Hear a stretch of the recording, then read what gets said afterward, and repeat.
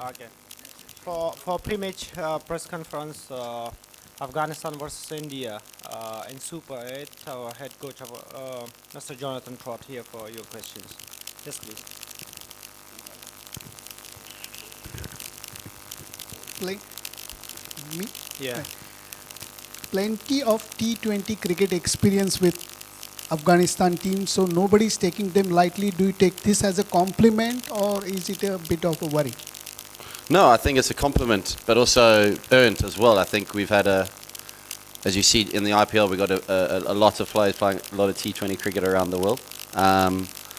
And now it's about putting that together as a side. I think in the past we've had some good individual players, but we need all those players playing together as a side. And we've seen that at times in the group stage.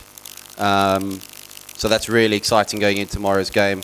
And here at a great venue like Barbados, that only sets up well. And against a side like India, that's an added bonus.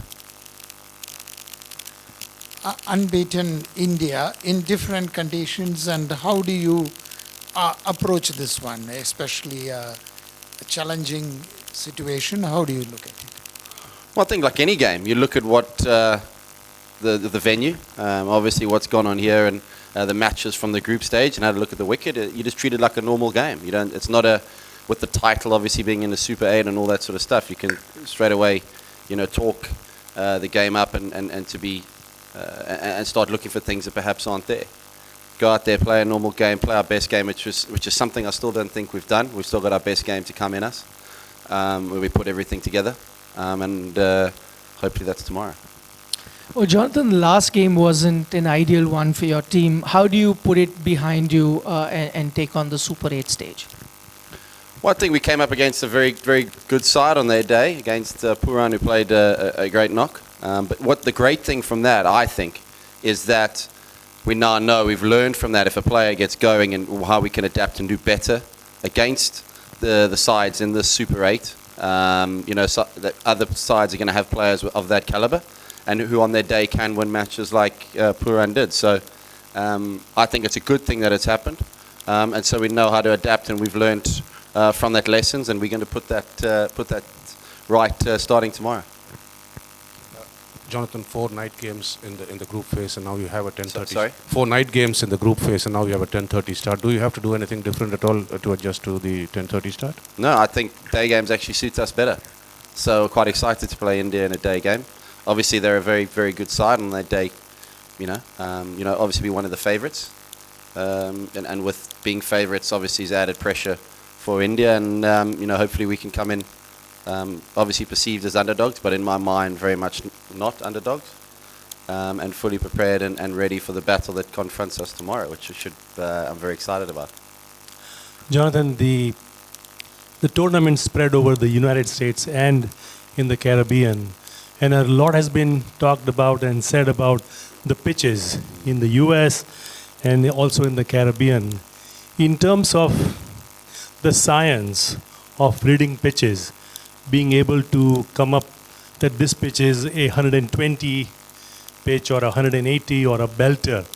In terms of your assessment as a player and a coach, what are your thoughts on the whole science of pitch reading in general? How many times are we right? How many times are we wrong? I think pitch reading in day games is a lot easier than the evenings, depending on the dew. I think dew factor sometimes comes in and makes you second guess yourself a little bit. We certainly had that in the 50 over World Cup in India, and that's always tricky. And I know in the IPL that's also a case where people are not quite sure.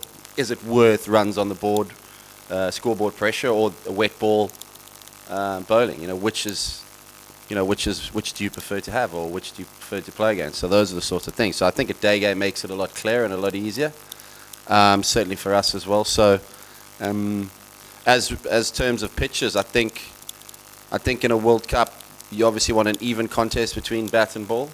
And I think we've had those certainly in our first couple of games.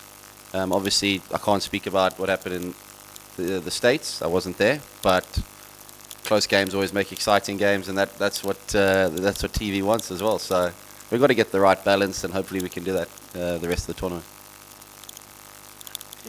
Gurbaz is in great form, but do you think that you are too much dependent on the opener and little fragile middle order? Do you think this is a concern? It's not a consistent middle order? I don't think. I think obviously in T20 cricket, openers and number 3 obviously are key positions. So I think for any team, they rely on the openers quite heavily. I think when you have a player like Gurbaz and the amount of talent and the way that he can take hold of games, I think any team would be reliant on him and want him to do well. So yes, he's one of our players, but there's 10 other people who are in good form and ready to go. So he's one of the leading run scorers, if not the leading run scorer. But that only counts. I'll only look at that at the end of the tournament. And if he still is, then I'll be very happy because that means he's contributed and helped win us games. So, so at the moment he's in good form, and hopefully that continues for the rest of the World Cup. Jonathan, yeah. Your spinners bowl well against most of the teams, but India teams have always seen an opening through spin to shut down India's scoring rate. So do you see spin as your spinners as an advantage that gives you maybe a leg up against them? And also the conditions here, the pitch here, is it likely to help your spinners? I can't give you that information about the pitch. I'm sure that's against ICC regulations. But I think when you've got the spinners with the experience of T20 cricket, like we have, I think you would obviously say that's one of our strengths. But yet one of our seamers is a leading wicket taker in the tournament. So I think we've seen certainly over the last couple of years a more rounded side with regards to ball and on conditions. So if it swings and seams, we can take wickets. If it spins, hopefully we can take wickets as well. You would say so, because it eliminates the dew factor, doesn't it? So if it's going to spin, it would probably help us. If it doesn't spin, we've got to bowl well as spinners. Spinners can't just rely on spin to be able to take wickets and create pressure. So that goes for both sides, I'm sure. And India have got some good spinners themselves, so it's going to be a good contest. Jonathan, quite a few of your players play alongside and against these Indian players quite often. So how do you look at this familiarity with the team? Do you consider it as an advantage or a disadvantage? And that's an extension of the previous question, that some of your spinners against India, they haven't had the kind of success which they have against other teams. So how do you see this whole thing? Well, I think both your questions actually link there, because they would have played against each other so much, or played with. So the first part, I think you see that in all nations, not just with India. I think because of IPL and franchises around the world. England and Australia have never had such a more friendly relationship ever. So for me, it's obviously very different from when I played, and that's how it is. So, for your second part, I think that works both ways. We had 9, 10 players at the IPL be able to share their experience and share their knowledge of Indian players, and they'll be able to do the same of our players. So that's the current state of world cricket. I think it's in a good position, and it's very healthy, and we're in the middle of a World Cup, and we're in Barbados, so the world's pretty good. Here. In January, you push India to a super over. What are the things that you are taking away from that match to implement in this match in trying to win it? What I take away from that match is we should have won it in that super over.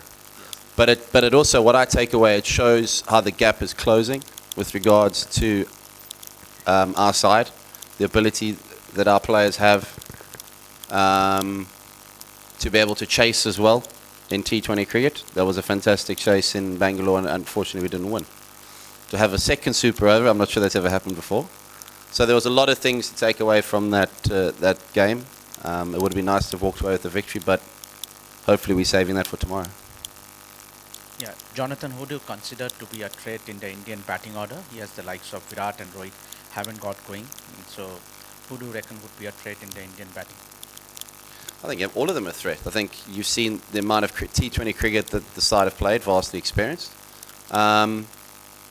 And every batter, I think it'd be naive to say that they're not all a threat, but I think that goes for all of our batters as well, just as much. So anybody on their day can take the game away from you. It's our job to stop that happening with bat and ball. And I know the Indian players will respect the Afghan players as well. If they don't, then I'm okay with that as well, because we certainly feel like we're here to win this game and be 1 from 1 in the Super 8s. So looking forward to how tomorrow goes. Jonathan, just an extension to this previous question. As an opposition, the fact that Virat hasn't got too many runs in this particular tournament, does that make your planning anyway better, or are you still going by the reputation of the batsman, the fact that he's been so consistent over the years, or by his current form in this particular tournament? Does that planning make any difference to the number of runs a batsman have scored in the opposition team? We always look at the last couple of innings and see how they go and if there's any trends and those sorts of things when planning for opposition.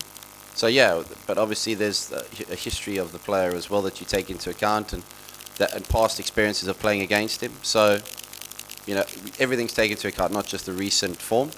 But yes, obviously you do notice things if there hasn't been any form, and you look to find ways where you can sort of use that information or exploit that, and hopefully, you know, continue that sort of form. Any other question? Finish? Yeah, thank All you. done. Thank you very much.